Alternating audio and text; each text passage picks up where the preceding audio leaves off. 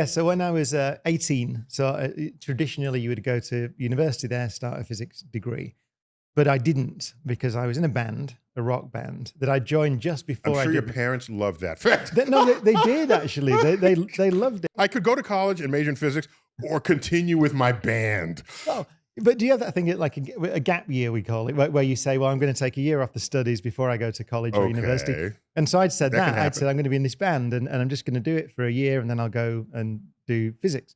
But then we got a record deal, a big record deal with A&M Records. This is in 1986, 1987. It's a long time ago. Got a big record deal. And so I came to Los Angeles and recorded an album with actually produced by Larry Klein, who was married to Joni Mitchell at the time.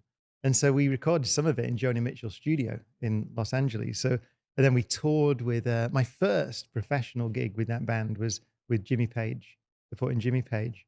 And Did you open for Led Jimmy Zeppelin. Page? Yeah, we opened for Jimmy Page and Gary Moore, who'd also been in the band, Thin Lizzy, and then Europe, the Final Countdown. So you know this song, The Final Countdown, and Carrie was a big hit here in the US. So we opened for them. Made a couple of albums. So I did that basically for 5 years. And it charted.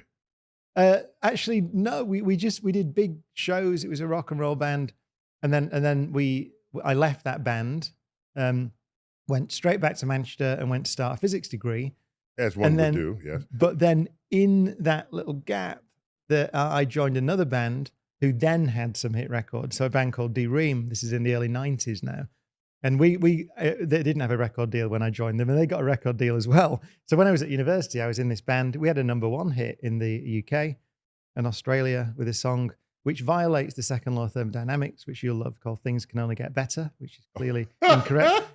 Certainly, things can only get worse. Yeah, globally in the universe. Yes. Exactly. So I